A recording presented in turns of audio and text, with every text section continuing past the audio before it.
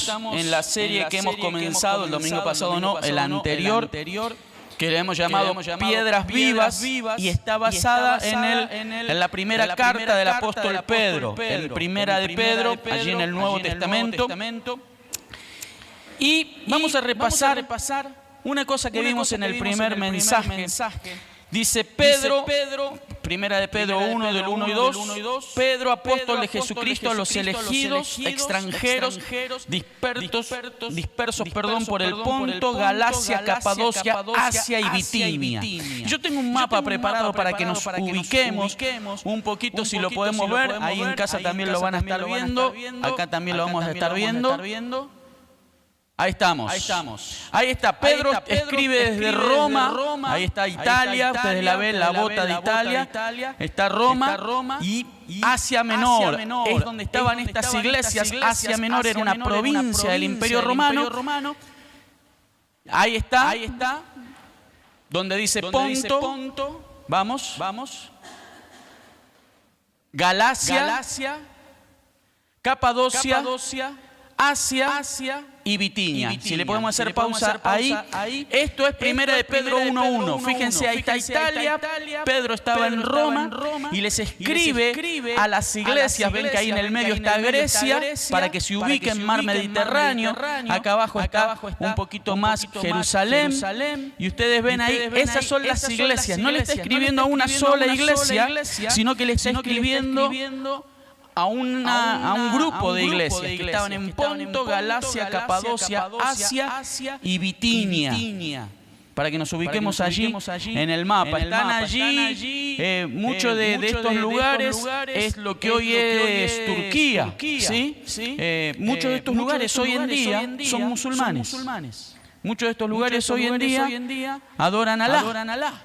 Sin embargo, la iglesia primitiva, o una de las primeras iglesias, estaban en este lugar. Entonces, cuando leemos Ponto, Galacia, Capadocia, Asia y Bitinia, son estas regiones de Asia Menor que están allí. Fíjense que está Italia, Grecia y acá la provincia romana de Asia Menor. Gracias, quería que nos ubicáramos allí. Un poquito en el mapa. Y vamos a leer los últimos versículos de Primera de Pedro, capítulo 1, versículos 24 y 25, porque tienen que ver con lo que vamos a ver hoy, que es el capítulo 2 de Primera de Pedro. Dice, porque todo mortal, Primera de Pedro 1, 24, 25, porque todo mortal es como la hierba y toda su gloria como la flor del campo. La hierba se seca y la flor se cae, pero la palabra del Señor permanece para siempre. Pedro nos va a mostrar que por esta palabra del Evangelio que se nos ha predicado, que hemos recibido, tenemos privilegios celestiales. Alguien nos predicó el Evangelio, ¿sí o no? Salvo, yo he conocido algunos casos, pero son excepcionales, que se convirtieron o porque encontraron una Biblia y empezaron a leer la Biblia y se convirtieron leyendo la Biblia, o tuvieron una visión celestial y alguien en esa visión les dijo, tenés que buscar al hombre que tiene un libro negro y él te va a hablar de la verdad. Son excepcionales. La mayoría de nosotros, ¿cómo nos convertimos? Alguien se acercó y nos predicó el Evangelio, ¿sí o no? ¿A quién le estás predicando el Evangelio? ¿A quién le estás hablando de esta palabra viva? Que no se corte, dirían los jóvenes, ¿no? Que no se corte. Si vos no le predicás a alguien más, ¿qué va a pasar? Se va a cortar. Y no va a haber nuevas generaciones que conozcan del Evangelio. Pedro nos dice que esta palabra, la palabra del Señor que permanece para siempre, nos permite disfrutar de privilegios celestiales. Alguien nos predicó el Evangelio.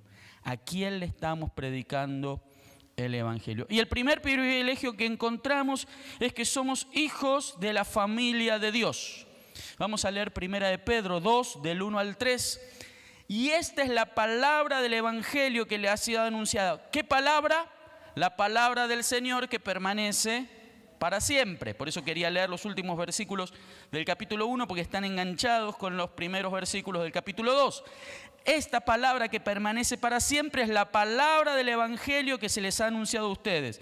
Por lo tanto, abandonando toda maldad, todo engaño, hipocresía, envidias y toda calumnia, deseen con ansias la leche pura de la palabra, como niños recién nacidos.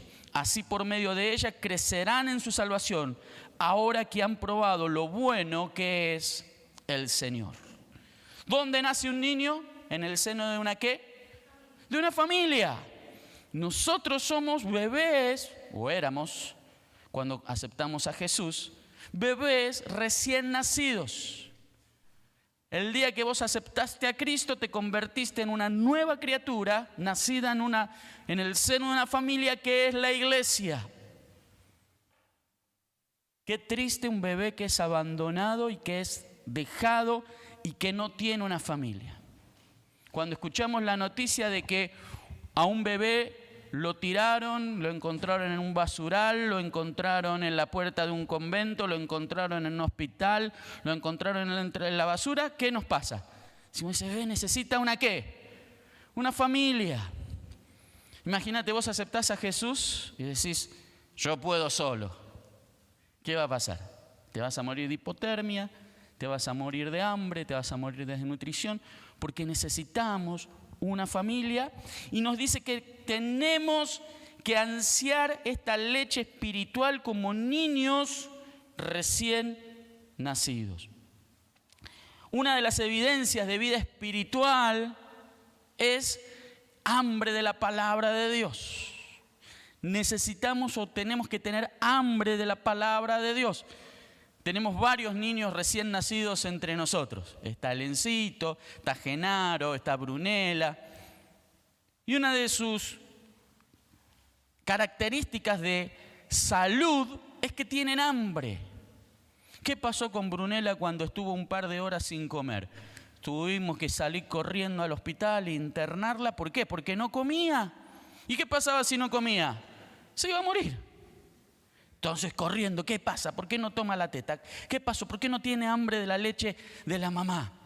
Nosotros como niños espirituales, como bebés recién nacidos, si no tenemos hambre de la leche espiritual, ¿qué pasa? Nos morimos.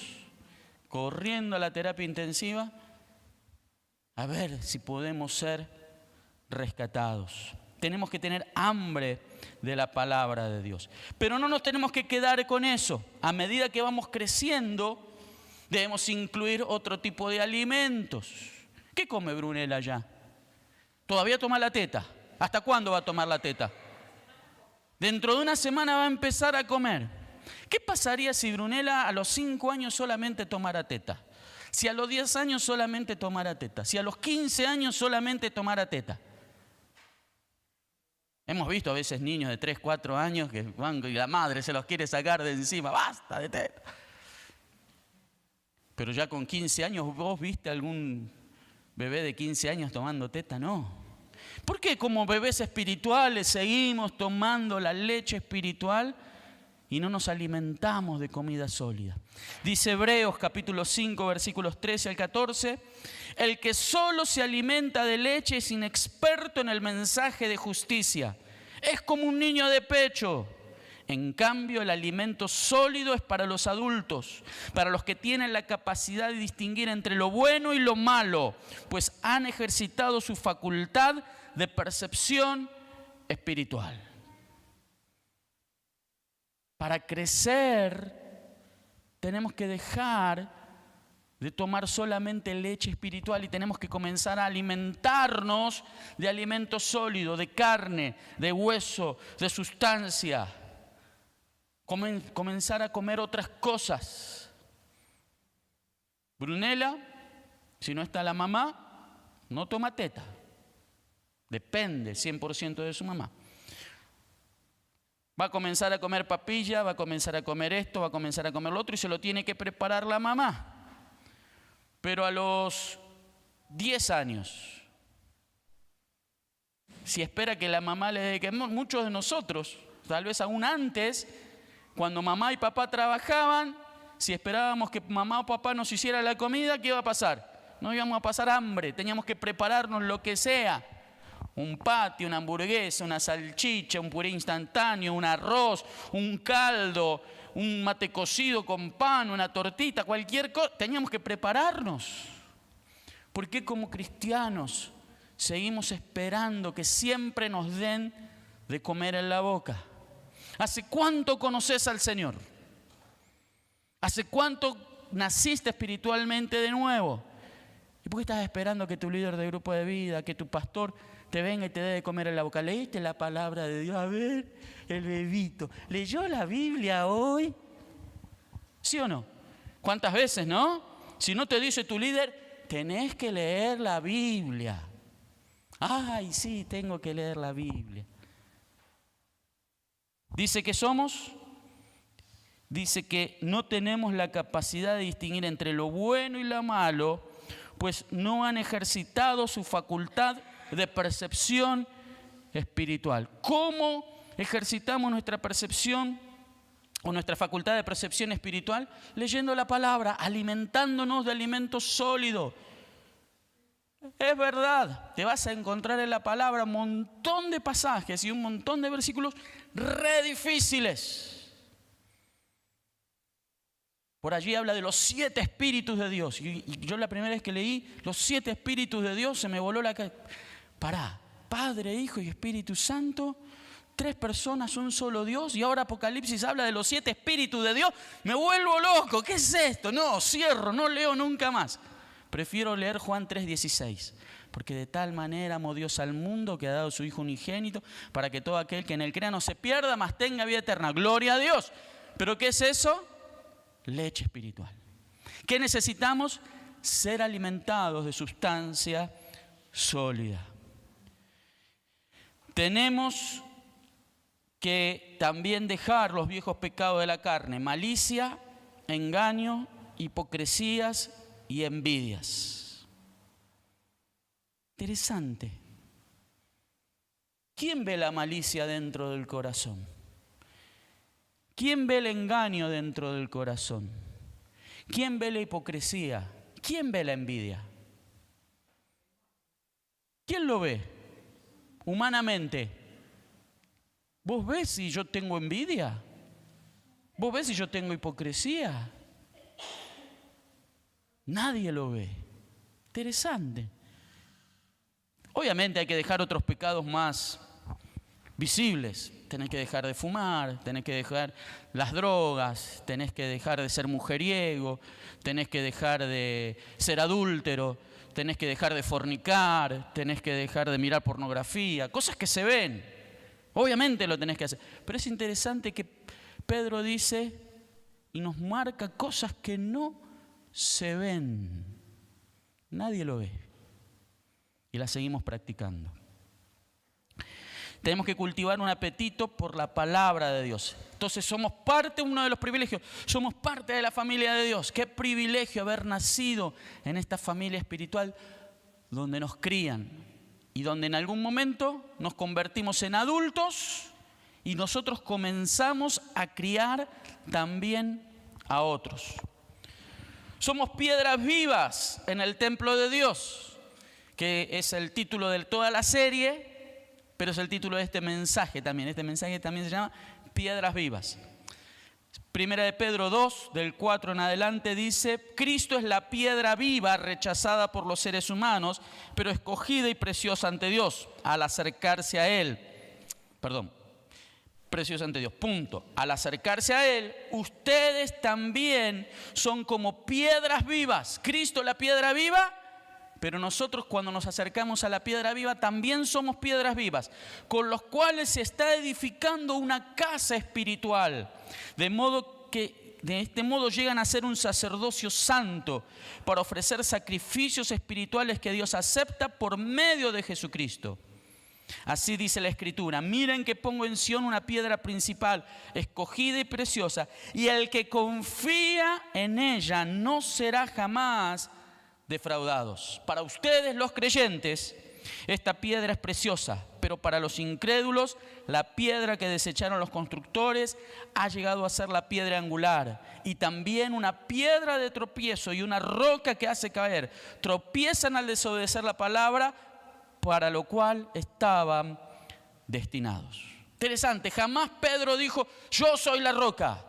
Sobre esta roca se va a edificar la iglesia. Sobre esta roca que soy yo, Pedro, que soy el primer papa, toda la iglesia va a ser edificada.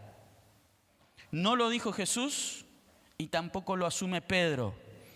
Dice que Jesucristo es la roca. Jesucristo es el cimiento, pero también es la piedra angular. La piedra angular era la primer piedra que se ponía en ángulo recto para que todo el edificio saliera bien escuadrado, saliera bien construido. Pero dice que fue rechazado por los hombres, pero escogido por Dios.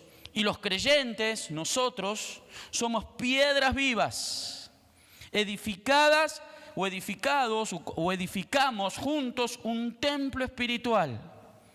La iglesia es el templo espiritual de Dios y nosotros somos esas piedras vivas que construyen este templo. Ustedes vieron, hemos estado haciendo algunas refacciones, hemos arreglado algunas cosas, queremos seguir arreglando.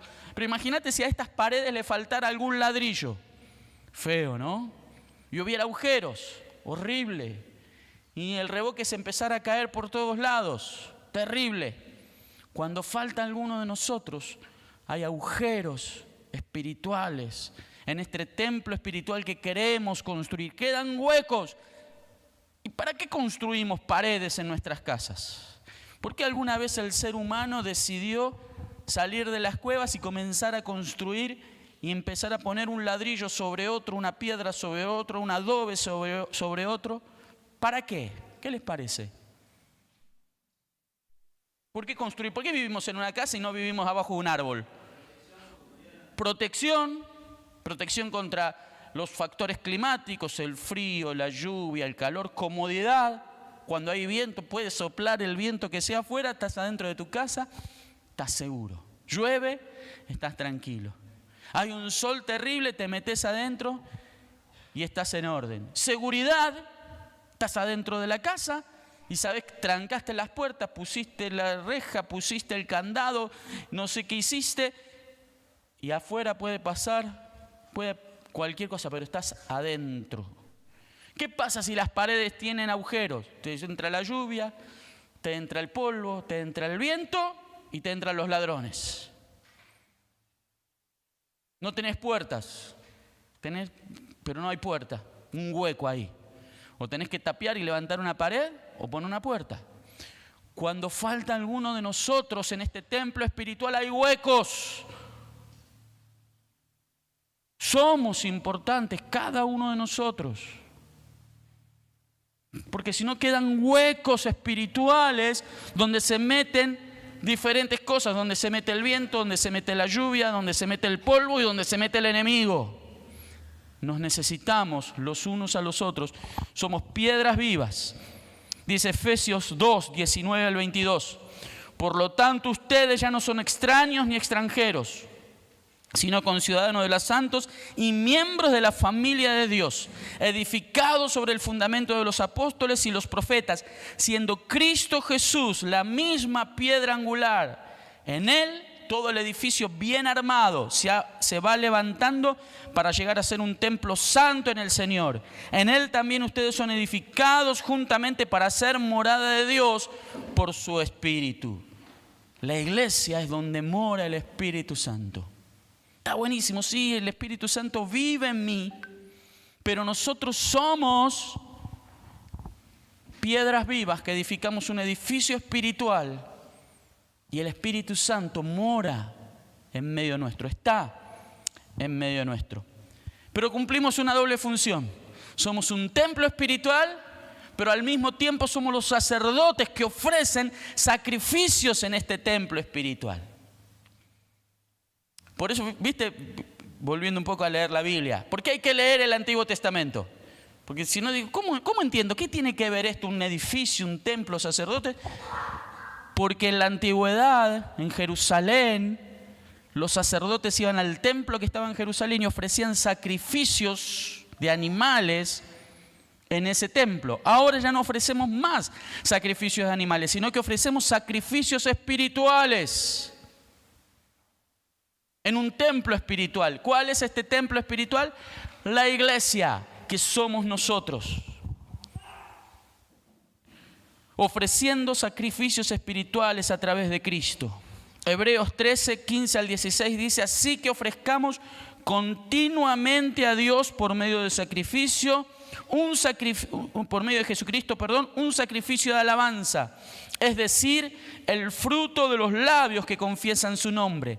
No se olviden de hacer el bien y de compartir con otros lo que tienen, porque esos son los sacrificios que agradan a Dios. Podemos caer en dos extremos. Uno dice: no, yo solamente hago, pero no me congrego, porque mi sacrificio a Dios es ser un buen empleado, ser un buen trabajador, ser un buen padre, ser una buena madre. Y por el otro lado están los otros que dicen: no, yo todo el tiempo estoy adorando y cantando al Señor y alabando, y de mi boca salen alabanzas y aleluyas. Y después no me importa si soy buen padre, buena madre, buen hijo, buen hermano, buen trabajador. Fíjate que allí Hebreos dice las dos cosas. Los sacrificios es el fruto de labios que confiesan su nombre, y también es hacer el bien y compartir con otros lo que tienen. Van juntas. No son cosas que se oponen, o una o la otra, las dos. También somos ciudadanos de una nueva nación. Primera de Pedro 2:9 dice: pero ustedes son linaje escogido, real sacerdocio, nación santa, pueblo que pertenece a Dios, para que proclamen las obras maravillosas de aquel que los llamó de las tinieblas a su luz admirable. Antes ustedes ni siquiera eran pueblo, pero ahora son pueblo de Dios. Antes no habían recibido misericordia, pero ahora ya la han recibido. Nosotros no éramos nada. Estábamos lejos de las promesas de Dios. Ni siquiera sabíamos que Dios tenía promesas para su pueblo, porque no éramos el pueblo de Dios. Vagábamos en medio de la oscuridad y de las tinieblas. Pero sucedió algo maravilloso. Nosotros que no éramos nada, ahora somos. Bueno, todavía hay algunos cartelitos pegados ahí. ¿Qué dice el cartelito que está pegado ahí en el banco? ¿Cómo? Eres importante. Ahora decirlo de la siguiente manera: soy importante. ¿Por qué? ¿Por qué soy importante? Porque tengo un maestrado, porque tengo un doctorado, porque estudié en la universidad, porque me pude comprar el auto 0 kilómetros, porque me compré la casa nueva, porque tengo el celular último modelo, porque soy guapo, bonito, tengo no sé qué historia, porque soy hincha de River. ¿Por qué soy importante? Ah, esa no te la esperabas, ¿eh? ¿Por qué soy importante? Porque ahora soy linaje escogido, real sacerdocio, nación santa, pueblo de Dios. Porque Dios me eligió. ¿Y por qué me eligió a mí? Por amor, por misericordia. No tenía por qué haberlo hecho. No tenía pero yo no me hubiese elegido a mí mismo. Si te pones a pensar, decís: qué desastre este muchacho. Pero Dios, por amor, nos elige. La iglesia es el pueblo de Dios, es su nación santa, es el Israel espiritual de Dios. La iglesia es esto que pueblo adquirido. Pero todo quedaría inconcluso si no hubiera un propósito. ¿Para qué somos una nación santa, un real sacerdocio, un pueblo adquirido por Dios? Para anunciar las virtudes de aquel que nos llamó de las tinieblas a su luz admirable. ¿No sabes qué hacer de tu vida? ¿Estás aburrido? ¿Qué hago con los millones de pesos que tengo en el banco? ¿Qué puedo hacer con mi tiempo libre que me permite el home office? ¿Qué puedo hacer cuando no tengo que corregir cosas en la escuela? ¿Qué puedo hacer? Que no me alcanza la plata, que no llego a fin de mes, que pienso que mi valor es lo que tengo en el banco, o el auto que no sé si voy a llegar a la esquina porque arranca y se para. ¿Cuál es mi propósito? ¿No le encontrás sentido a la vida? Bueno, cuando tenés a Cristo en tu vida, el propósito está clarísimo. ¿Cuál es? Anunciar las virtudes de aquel que nos llamó de las tinieblas a su luz admirables. No hables de vos, no hables lo maravilloso que sos vos, lo bueno que sos vos, ahora que soy evangélico, qué fantástico que soy, porque ahora sí, porque yo antes. No hables de vos, habla de Dios. Habla de las maravillas que Dios hace. Habla de lo bueno que es el Señor. Habla de lo misericordioso que es Dios. De cómo pese a lo que eras, Dios te transformó. Dios te cambió. Pero no por lo que vos sos, sino por lo grande que Él. No éramos nada, ahora somos todo en Cristo Jesús. También hay responsabilidades terrenales que tenemos. Lo primero, someternos a las ordenanzas. Primera de Pedro 2, del 11 al 17 dice: queridos hermanos, les ruego como extranjeros y peregrinos en este mundo, que se aparten de los deseos pecaminosos que combaten contra la vida. Mantengan entre los incrédulos una conducta tan ejemplar que aunque los acusen de hacer el mal, ellos observen las buenas obras de ustedes y glorifiquen a Dios en el día de la salvación. Sométanse por causa del Señor a toda autoridad humana, ya sea el rey como suprema autoridad o a los gobernadores que le envía para castigar a los que hacen el mal y reconocer a los que hacen el bien. Porque esta es la voluntad de Dios, que practicando el bien hagan callar la ignorancia de los insensatos. Eso es actuar como personas libres, que no se valen de su libertad para disimular la maldad, sino que viven como siervos de Dios. Den a todos el debido respeto. Amen a los hermanos. Teman a Dios. Respeten al rey. ¡Qué fuerte, duro! Este rey era por, entre comillas, derecho divino.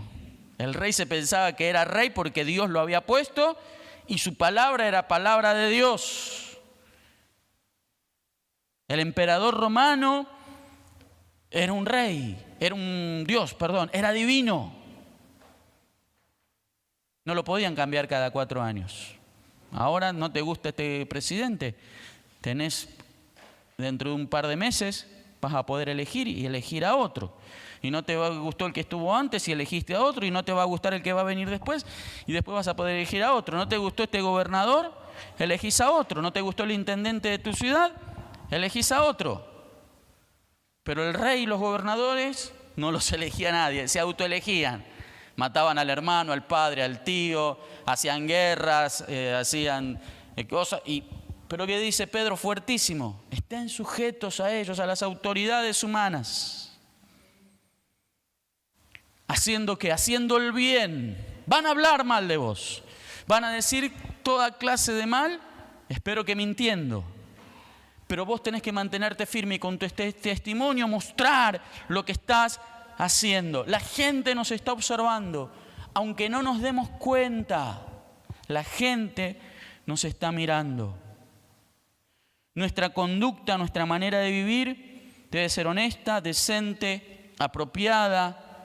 La única forma de callar las bocas, que no tengan nada que decir de vos. Mejor que te critiquen por hacer el bien y hacer lo bueno.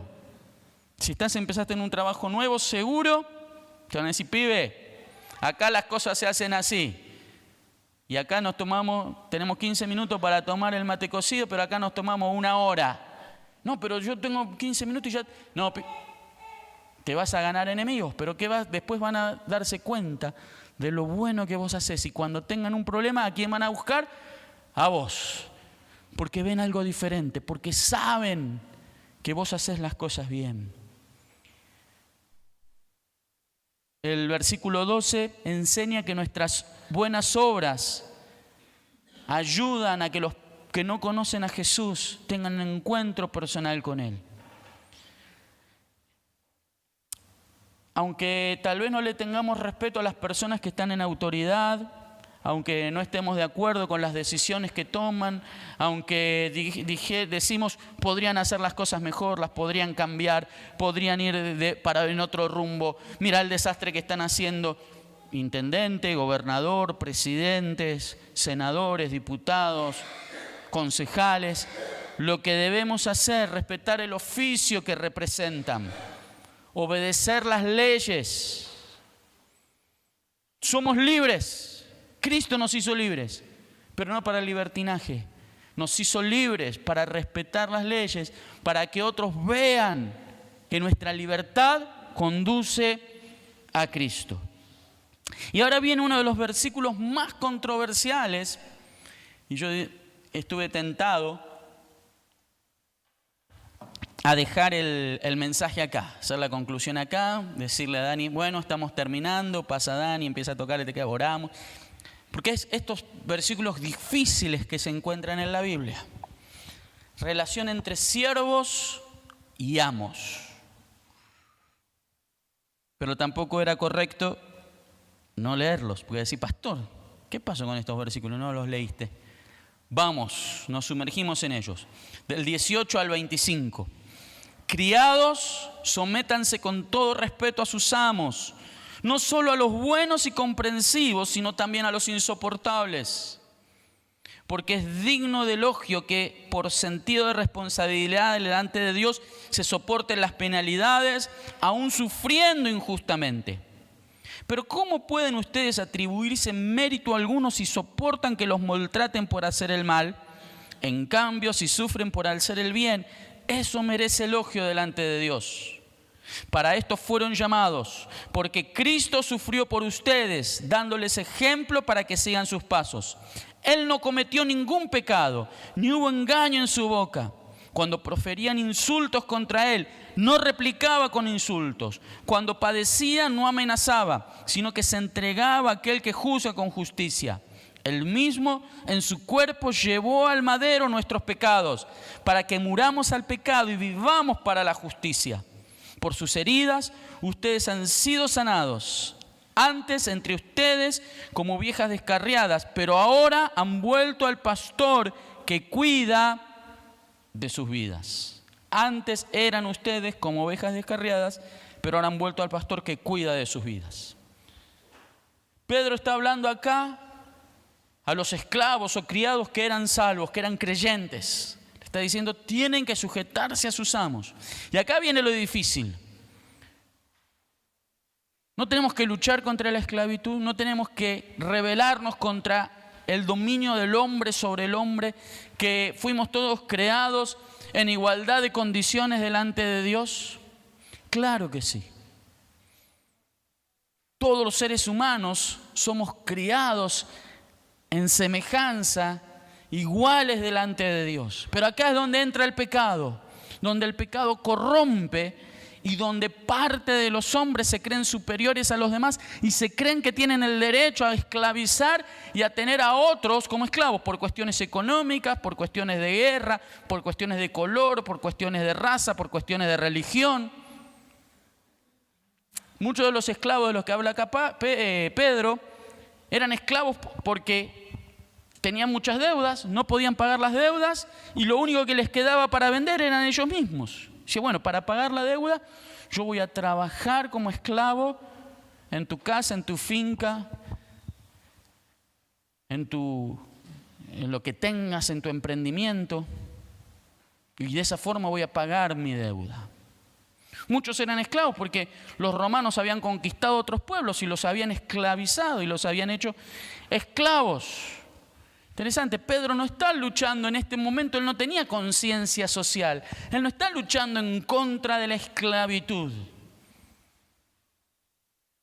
En esto también la iglesia de este tiempo fue teniendo cada vez más revelación y nos fuimos dando cuenta y entendiendo de que eso lo genera el pecado.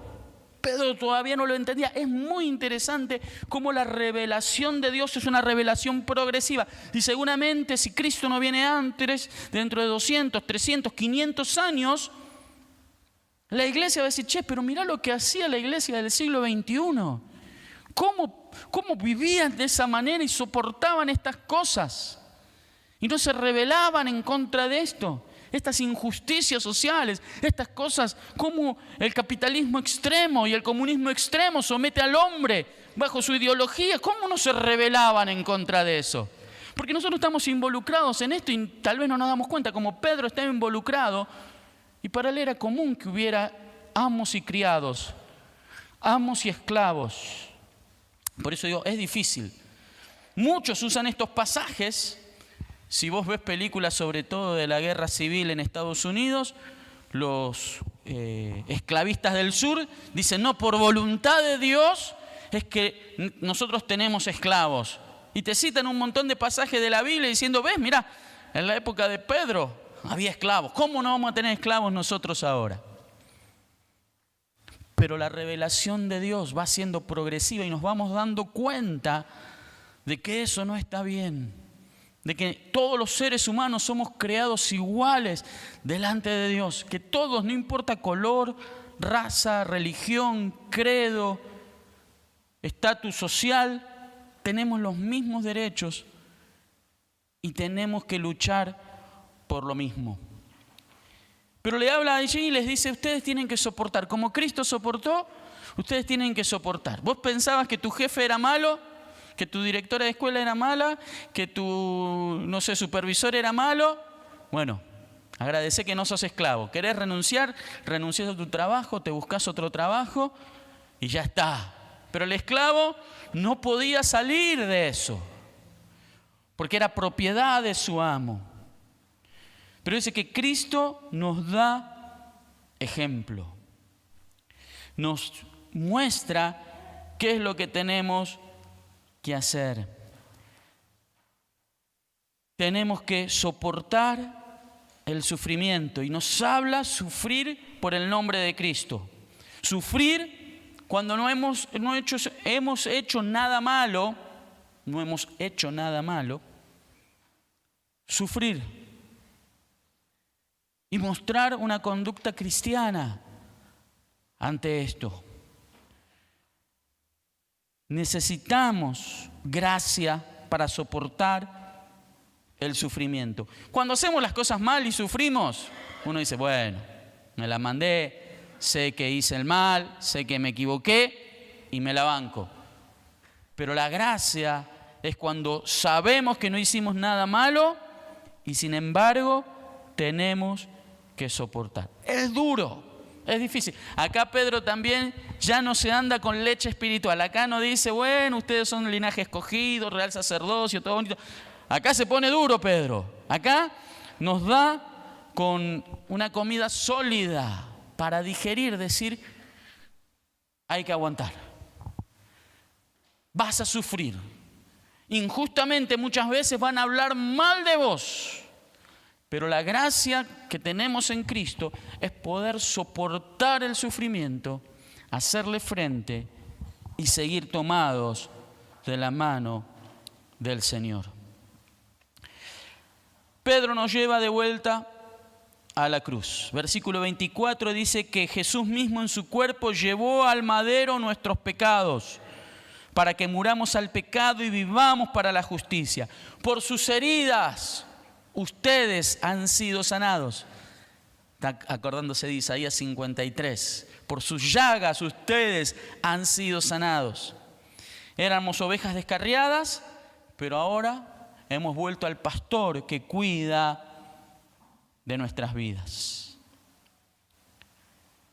Y con esto ya voy a ir terminando. ¿Quién tiene estos papelitos? ¿Quién los tiene? Enzo, ¿los tenés vos? ¿Y quién más? Allá, Vicky y la Julie.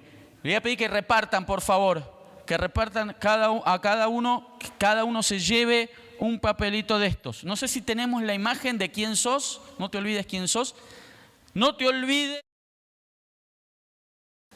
ponelo donde trabajas, en una computadora, ponelo en tu computadora. ¿Dónde trabajas? Atención al público, ponelo ahí en atención al público.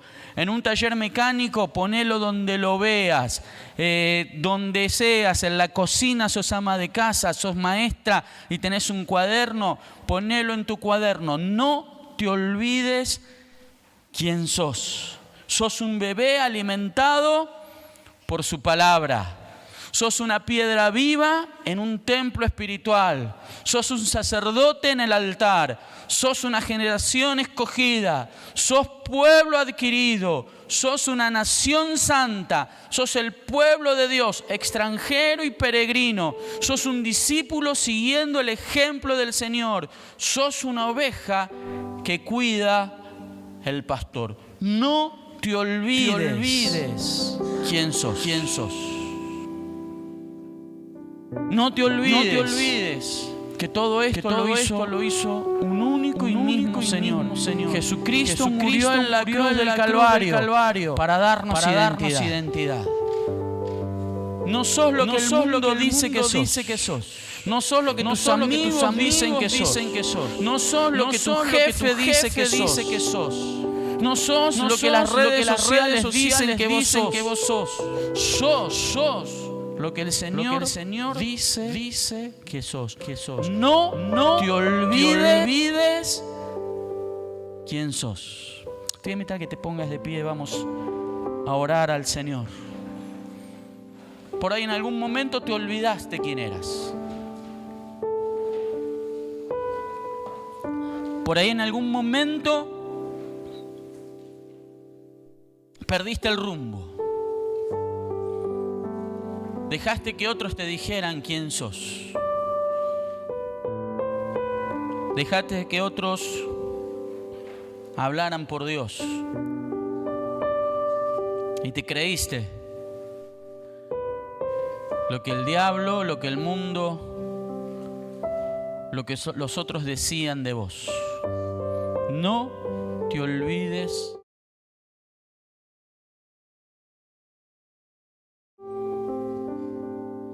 Aquí estamos delante de tu presencia, dándote gracias, porque no éramos nada. Estábamos fuera del radar de cualquiera. Muchos de nosotros, aún para nuestra familia, no éramos nada ni nadie. Muchos de nosotros no teníamos nada ni nadie que nos sostuviera. Estábamos en la más terrible oscuridad, en las tinieblas más profundas. Pero un día llegaste. Nos llamaste por nuestro nombre. Nos dijiste que querías que seamos tus hijos. Nos hiciste nacer en una familia espiritual. Nos alimentaste de tu palabra. Nos pusiste como piedras vivas en un templo espiritual para edificar una casa de adoración para vos. Nos pusiste como sacerdotes en el altar ofreciendo sacrificios de alabanza. Nos pusiste en una generación que fue elegida y ahora somos un pueblo adquirido, somos una nación santa.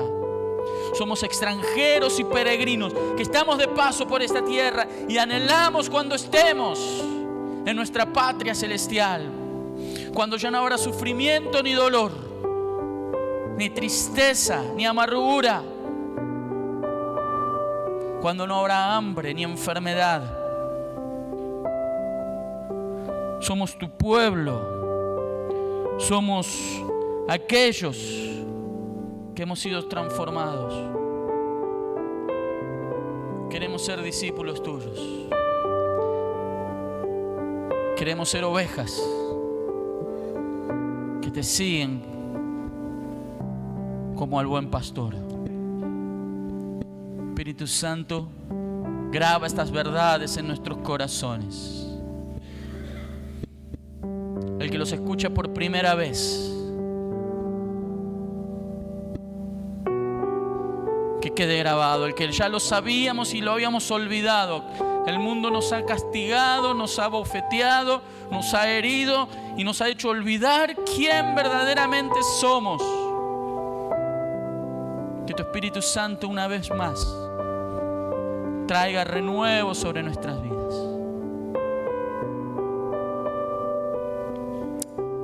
Ayúdanos, Señor, esta semana. Mañana lunes, feriado.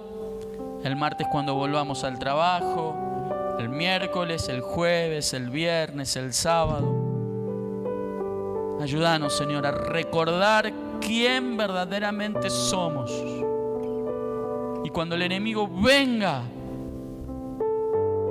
a querernos derribar, a menospreciarnos, a burlarse de nosotros, que nos podamos parar firmes en tu palabra y que le recordemos quién verdaderamente somos. Escogidos, amados, renovados, salvados, hechos nuevos, transformados, sanados, restaurados. Que tu Espíritu Santo trabaje en nosotros. Te damos toda la gloria y toda la honra, porque nada depende de nosotros, sino todo depende de vos. ¿Por qué no le das un aplauso fuerte al Señor? Y le decís: gracias, Jesús. Gracias, Señor, porque todo depende solamente de vos. Vamos a terminar adorando el nombre del Señor.